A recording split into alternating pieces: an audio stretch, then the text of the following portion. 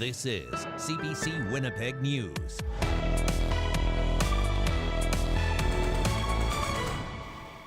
Good evening. Thank you for joining us. Manitoba's plan to shorten surgical wait times by sending some patients outside of the province for care isn't skipping a beat. The province is now working to give heart patients that same opportunity. But as the CBC's Ian Fraze explains, not everyone is thrilled. And came in with a very large heart attack. Manitobans looking to get their heart problem diagnosed could soon be traveling to the United States. A deal is in the works to send people needing angiograms to a Mayo Clinic down south. That's about all we know. The province revealed this news on Twitter earlier this week by mistake. The tweet was quickly deleted, and the government says it will have more to say once the deal's been finalized. The fact Manitoba wants to send more patients out of province is no surprise. The government is trying to whittle down a big backlog for surgeries and tests, and the province says sending patients elsewhere is a short-term solution. Take a small breath and then please hold. 140 Manitobans and counting have gone to Ontario or the United States for a hip, knee, or spinal surgery so far. The government says these trips have earned rave reviews. A spokesperson for Doctors Manitoba says while any action to get patients care sooner is welcome news, we're concerned about the growing number of contracts for care in other provinces or in the U.S. instead of focusing on building up capacity right here in Manitoba. The Liberals are questioning if sending patients out of province really is temporary.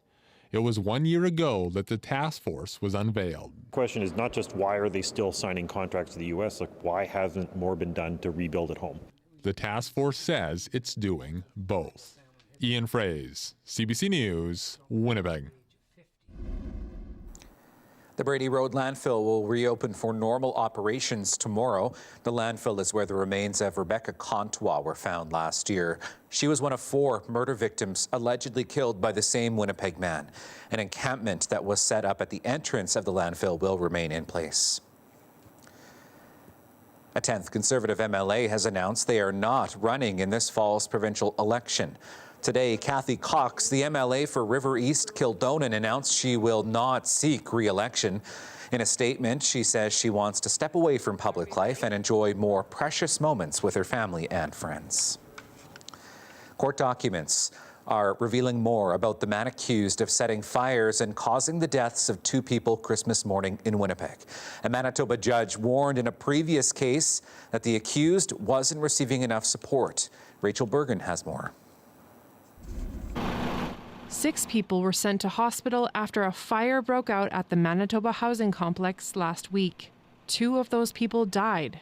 Ethan Powderhorn was later charged with setting the fire and 2 counts of second-degree murder. Powderhorn was in court just over a year ago to plead guilty to 2 other arsons. The judge expressed concerns that he wasn't getting the support he needed because Powderhorn has fetal alcohol spectrum disorder and functions at a low level. The judge said she was worried he would fall into gaps that hurt himself or others. He was released on probation with the hope that additional support might help. But just over a year later, the fire at the housing complex happened. Rachel Bergen, CBC News, Winnipeg.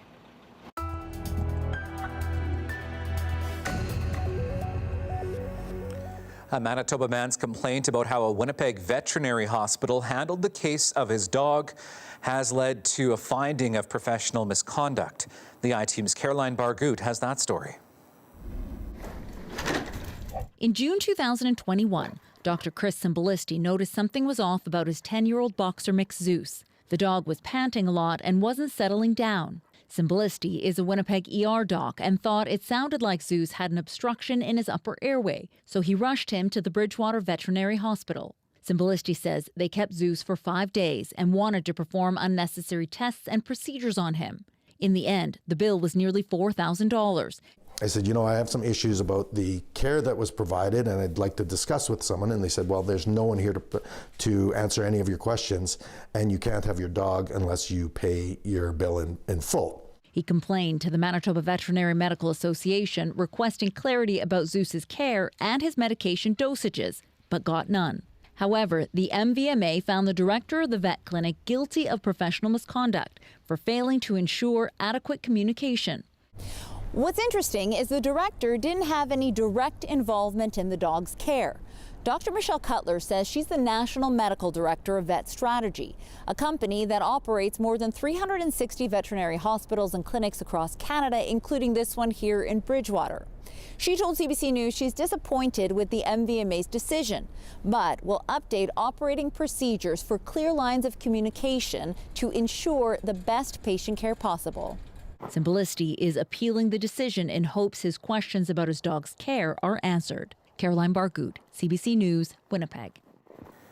Now, if you have a tip for our I-Team, you can call the confidential tip line at 204-788-3744 or email iteam@cbc.ca. A new Indigenous-led thrift store on Logan Avenue is focused on helping Winnipeggers without a home. Veteran retailer Crystal Irvin is the driving force behind Revive and Thrive Thrift Shop. Irvin wanted a shop where vulnerable people could connect with others and get valuable experience. I think it's a huge impact on them, lessens the stress of starting over and gives them a bit of self-pride. The shop also gives kits of household items to people transitioning out of homelessness and allows people to volunteer to gain retail experience. In case you missed it this evening, a historic win in Halifax for Canadian hockey fans and a magic moment for Team Canada. Walks in, got the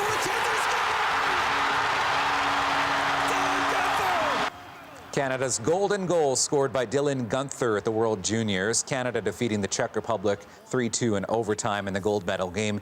This is the second gold in a row for Canada and the 12th time Canada has come out on top. As we had to break, here are some kids that just might one day be at the World Juniors. Check out this epic outdoor rink on Harvard Ave in Crescentwood. The ice surface spans 4 front lawns, and it's the 4th year people on that street have done this. Fiona Odlum has our forecast up next.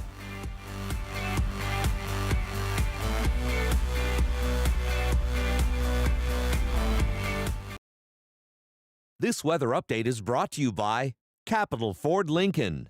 22 model clear out is on now. Welcome back. It's all about the fog blanketing the province, all the way from Thompson down to the Emerson border. We're going to see this thick fog across the province. This fog will linger into tomorrow morning. We will finally start seeing some peaks of sunshine trying to break through. We're going to watch for some light snow through the northern region, a possible dusting through the south, looking for sunshine by the afternoon. And then we're going to watch for some fog again into Friday night, into Saturday. But then we start seeing things starting to clear out, and it's all because of some wind that'll finally start breaking away some of this moisture that's been causing all this fog.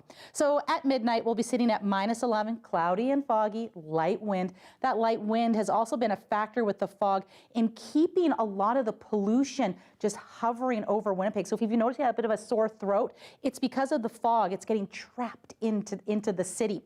We've had issues as well in Gimli today, -11 as we get towards lunchtime, and it's still rather cloudy. The sun will start peeking out later in the afternoon. Looking for a high of -11 tomorrow is our daytime high, a very small chance of snow in Winnipeg, -10 for Saturday, and a warm -4 for Sunday, Riley. Thanks, Fiona. That is your late news for this Thursday. Thank you for being with us tonight. We'll see you tomorrow at 6 and 11. Have a wonderful evening.